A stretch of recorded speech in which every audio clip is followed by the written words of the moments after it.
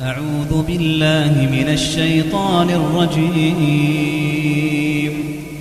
وقالوا كونوا هودا أو نصارى تهتدوا قل بل ملة إبراهيم حنيفا وما كان من المشركين. قولوا آمنا بالله وما أنزل إلينا وما أنزل إلى إبراهيم وإسماعيل وإسحاق ويعقوب والأسباط وما أوتي موسى وعيسى وما أوتي النبيون من ربهم لا نفرق بين أحد منهم ونحن له مسلمون. فإن آمنوا بمثل ما آمنتم به فقد اهتدوا وإن تولوا فإنما هم في شقاق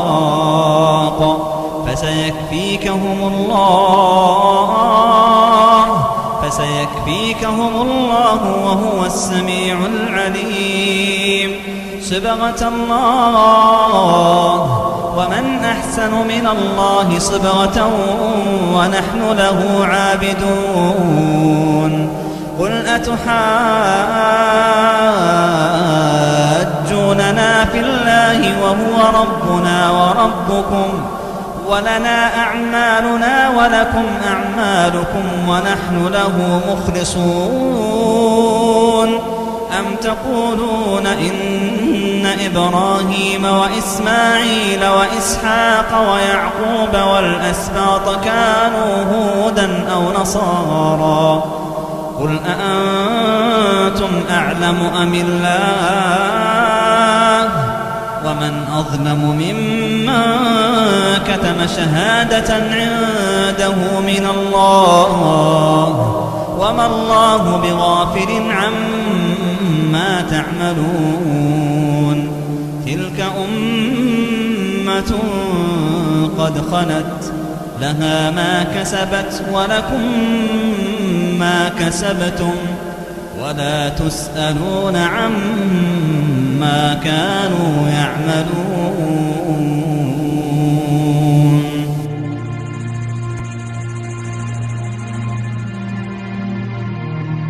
That while the Greek Bible is accepted by 99% of Christian theology, the Greek Bible, I believe, has trouble reflecting some of those idioms, metaphors, and understandings of the East. Where the Aramaic is an Eastern language, it's consistent with those traditions and understandings and axioms of the East. And I started reading the translation from the Peshitta text, the Aramaic text, in the English. I found it very rich, very revealing, and frankly changed my whole view of Jesus and some of his metaphors and idioms that he would speak about. For example, when Muslims say hello, they say salam alaikum. That means peace be with you. When Jews say hello, what do they say? Shalom, shalom aleichem, which is the same as salam alaikum, is peace be with you. Now what did Jesus say in his Aramaic vernacular? Shalom aloch. You hear this? It sounds, they're all identically the same. Now, one of the more interesting things, getting back to, I told you, the paradigm crash, did Jesus really come here to convert people to the Christian religion and the Christian faith? The very interesting thing about the word convert, which is used 10 times, incidentally, in the King James Version, in the English translation, the word convert, often used by Jesus, it's the word shlama. The word shlama, or shalim, is the same word as shalom. It's the same word as in the Arabic salim, which means peace. But it also means something other than peace. It also means to submit, to surrender, and to turn around. So therefore, when Jesus used the word go make disciples or converts of nations, he used the word shalim, meaning go make people who will submit themselves to God, not change their traditions, not spit in the face of their families and say, I've now changed membership in cultural traditional clubs from, let's say, the Muslim club to the Christian club. في ليلة من الليالي لست أدري ما تراني ظلمة تغمرني يا رب الأرض ضاقت والسماء وقلبي ما رفض ضياء والدمع بات يبكي يا إلهي يا إلهي يا إلهي يا إلهي يا إلهي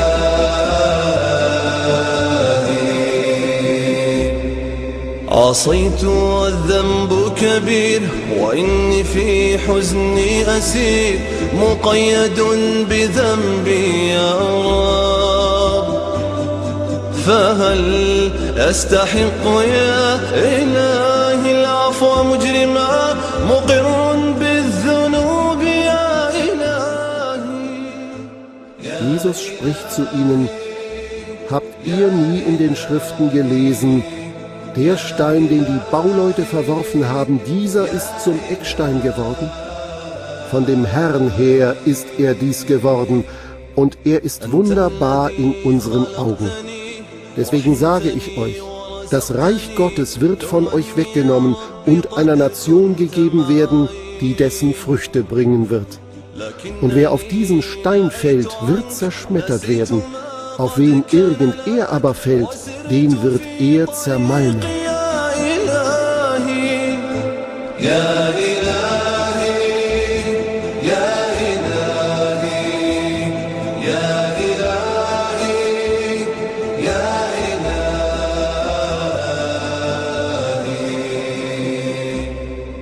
أنت الذي خلقتني رحمتني ورزقتني دوما يا رب قد كنت معي لكنني نسيت ما قد كان لك وسرت في طريقي يا إلهي يا إلهي يا إلهي يا إلهي يا إلهي.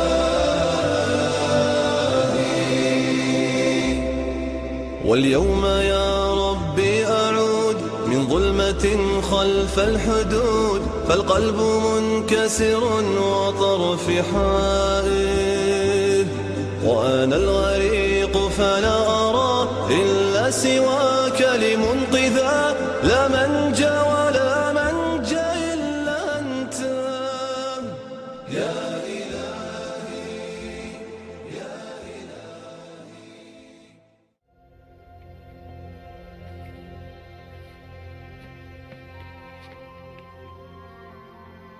Nama iznikom,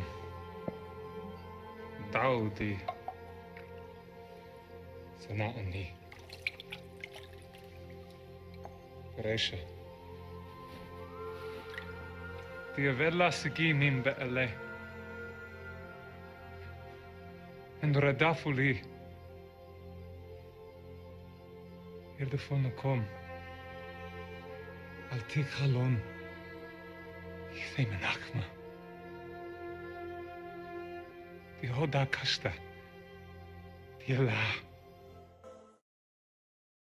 بسم الله الرحمن الرحيم.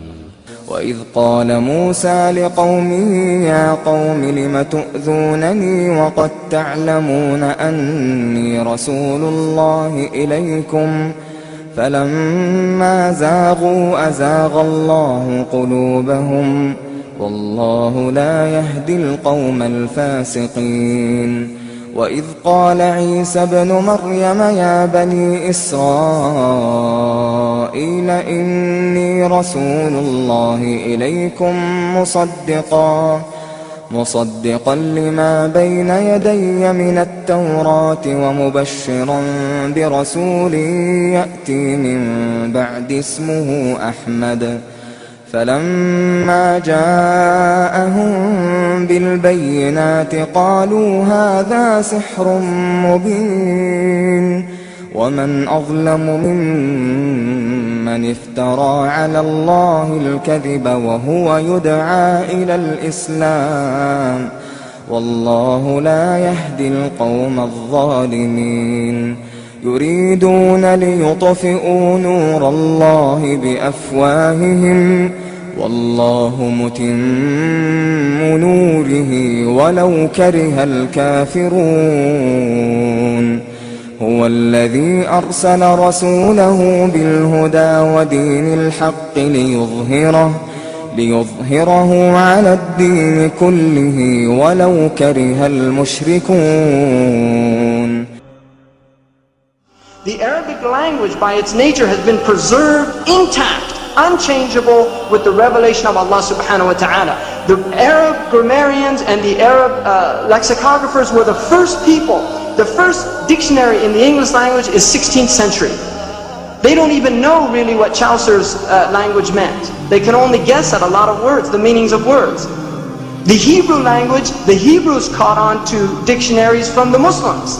And this is why in modern biblical studies in Tel Aviv and the universities where they study, they go to Arabic roots to understand the Bible. This is a fact, that I'm not making this up. They go to Arabic roots to understand the Bible because they recognize that as a Semitic language, it is the only language that has maintained a lexical purity that other languages have not maintained because of the preservation of our scholars.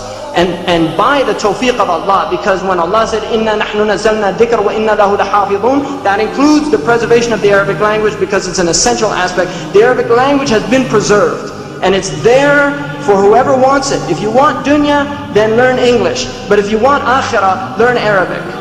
Because it is the language that literally opens up a whole world of meaning that is inaccessible in the English language. And I'm saying that as somebody who is bilingual, who reads the Quran in Arabic and reads English. The Arabic, the Quran is not the Quran in English. It cannot be called the Quran in English. The particular interest here is that for the first time in Armenian, someone talks about Muhammad and mentions him by name and says a little bit about what he did. Sebeos himself was talking about the events around the year 630, which was before Muhammad had actually died. Sebeos gives a surprisingly accurate account of Muhammad's background and teachings. Translating from the Armenian. At that time, a certain man whose name was Mahmet, which is the usual name for Muhammad in Armenian, a merchant, as if by the command of God, appeared to them as a preacher. Now, Muhammad gave them laws, namely, not to eat carrion, not to drink wine, not to speak falsehood, and not to engage in fornication. Whose name was Mahmet,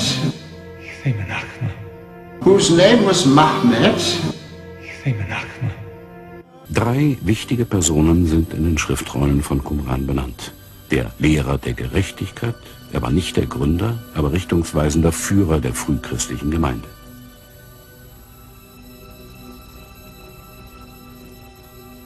Zweitens, der gottlose Priester, ein Feind und vermutlich Jerusalems höchster Priester.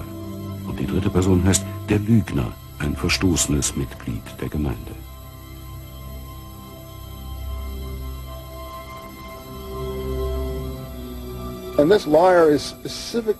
Und dieser sogenannte Lügner ist ausdrücklich als ein Abweichler benannt. Er predigte den Gesetzesverstoß, die Loslösung von Gesetzen der Vorväter. Es gibt keine bessere Beschreibung für den Apostel Paulus, der so in Jerusalem sprach und schrieb.